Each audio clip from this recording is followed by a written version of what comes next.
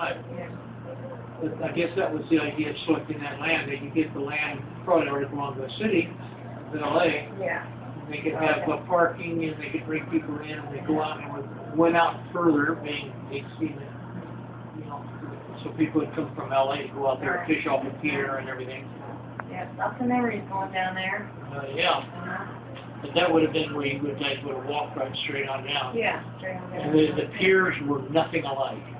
Because I say the old wooden one was, not only was it old, but it wasn't amusement park. I mean, you go all the way out there in the ocean, you're riding this roller coaster on the wooden rails and everything else over the ocean and everything. And it was dangerous. Sometimes they'd come off the track. And I know POP is Pacific Ocean Harbor Pier or something, right? Okay. Now, that wasn't the Santa Monica Pier. That wasn't the name of the attraction area of POP. It was its own pier? Ocean Park had its own pier, just like Venice's pier. I never went. I know John King got to go. And what surprised me was two of them exactly 1 mile apart. The three piers were all exactly 1 mile apart. And why they had two fun zones, I mean, they filled them both up there, but he brought them all the way from LA out because they couldn't go beach, they could do all that. Right. I didn't know that at the time because I just grew up there. I just thought it was everyday deal. I just thought how they're spending their life on the beach, you know.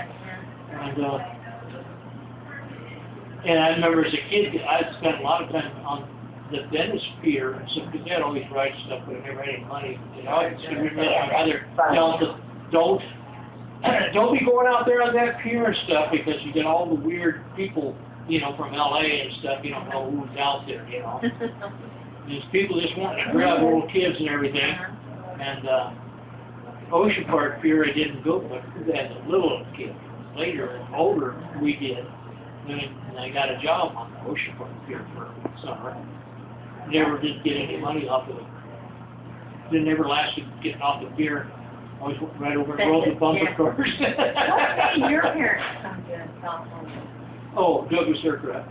Oh, okay. And they met in California, right? They didn't know No. You were born in California, so they knew each other. They were there, and there. the Depression was so hard in the Midwest. No jobs, no nothing. He worked at a place called Robinson's Lumber Yard, which I didn't see it was so bad when I visited, but it was like, I guess one of those places where, hey, you work for almost nothing, you don't like it, there's people waiting in line for your job, you know, I mean, that kind of stuff. And this was before World War II, just happened World War II started later. The Douglas Aircraft, I guess they've been putting out messages all over the United States. Come to California to work at Douglas Aircraft. We will train you. Well, that's what all the people in the Midwest had. No education and no training and stuff. When you come here, we'll guarantee you a job, and we'll pay you while we train you. And that's what took him out. He got his job immediately there, and that's where he stayed, you know, all that time. And then, of course, World War II started, and that Douglas didn't never fold. You know, because now they were really getting bigger and bigger and making things for the war. Right.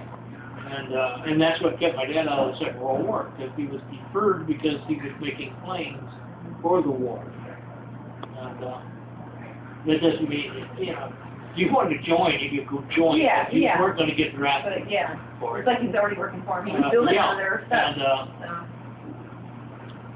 I remember he'd always come home complaining because all those days you didn't see many women working. And then all at once, here's everybody's going to war.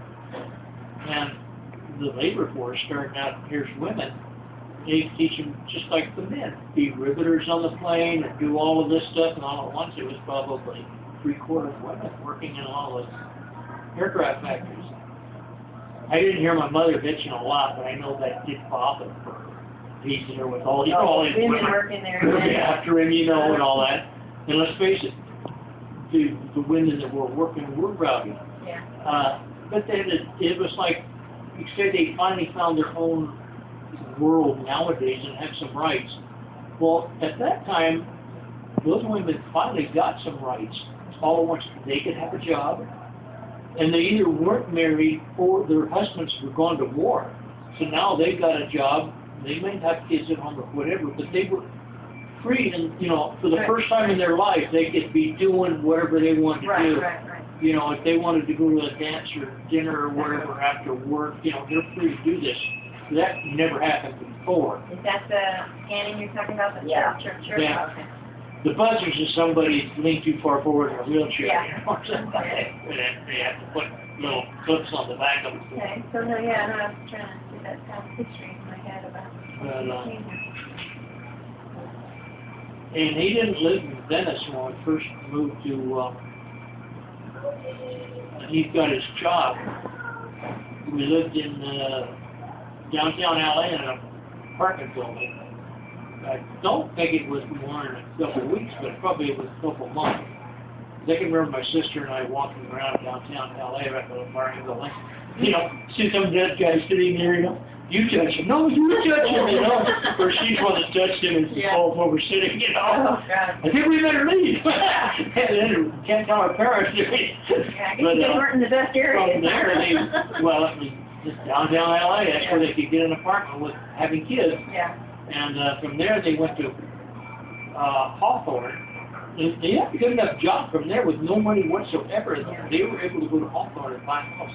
Just knowing that they worked for that company, they'd be good for the money. They gave him a job, and he could pay for things. Yeah. And so they lived in Hawthorne, and he drove to Santa Monica, and that was a year and a half or whatever it is, because that's where I went to kindergarten. I started the first grade, I remember. Then he got rid of the house and actually rented a house so he could be close to work. But renting the house also meant you weren't going to buy one, because then the war was going on. Nobody bought anything. Yeah. There wasn't anything to be bought. He kind of sold the other one at the wrong time and waste, but my mother hated it there. She didn't like the neighbors or something. So, and the smell of oil that came through there. Yeah. And the smell from all the shower. Yeah, well, I was young enough, I don't remember. I do remember a few things. As a little kid, and I know the war had just started because the end of that tract of houses, they were little cracker box houses. They set up an army camp, all the tents and everything else. Another place that wasn't supposed to be, but I'd go over there. And it was so neat because I could see the soldiers and their rifles and all the stuff that they had in it. And, they treated me like gold. They're all away from home. And here's a kid, you know what I mean? So they're probably thinking of their own kid and whatever. They're just, they drive you over the Jeep, half a block or whatever it was, and stuff like this here.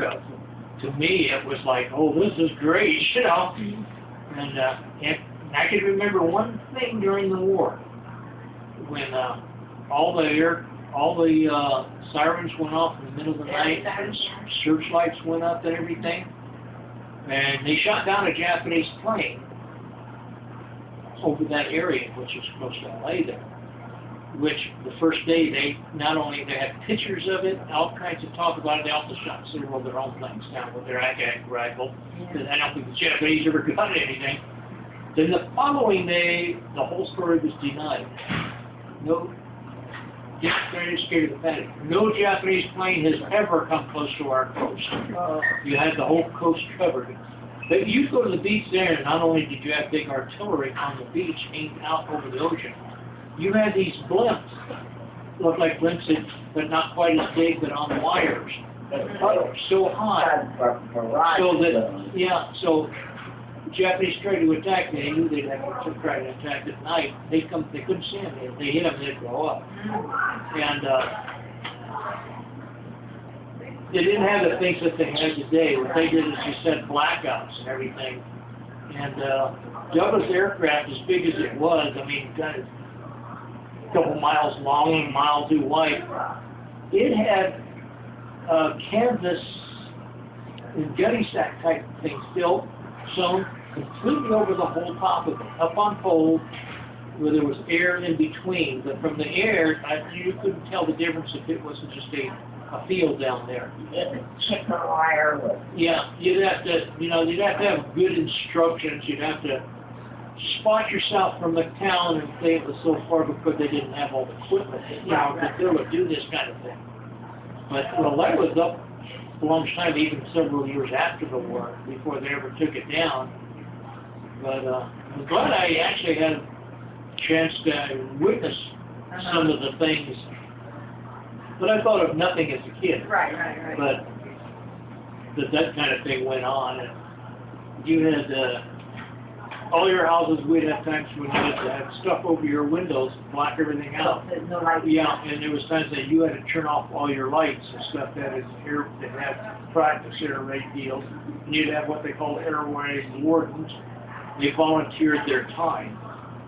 And if they had one, they would go out and be walking through the neighborhood, and they better not see some light.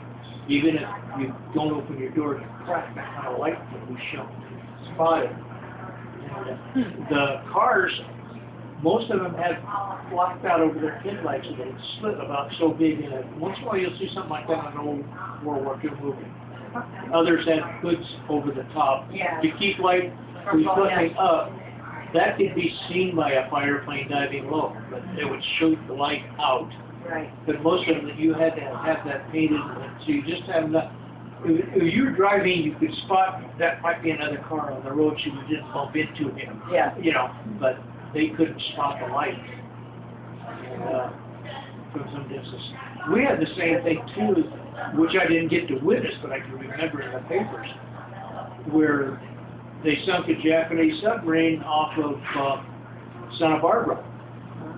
And it was in and was firing upon the oil fields that were in Santa Barbara. That was another story that they made a big thing out of. And the next day, it was the next day it was completely denied in all newspapers. This never happened. You know, they're trying to find out, this is propaganda, the Japanese that tried to release to scare you people and all of this. Yeah, and all that. Meanwhile, they're making repairs on oil tanks that got blown up from their shells, you know. So that's what your cousin Gary discovered, the ship off of the coast of Queens. It's still down there today with piles of oil and stuff. And that was in the paper and then denied also at that time. That there was nothing ever there, but it did sunk. It's funny, your government always has lied to you, so nothing is new. This big thing is, well, two things. Can't let the public panic. Right. And you can't let the enemy know that you've got to them. Because during the World War II, there was such a big thing on trying to get some of our bombers to go over Japan and drop bombs, and it wasn't even to hit certain targets. It was to show that they could go over Japan and drop bombs on their cities because they thought nobody could ever get to them. You couldn't get near them because the bombers couldn't fly far enough.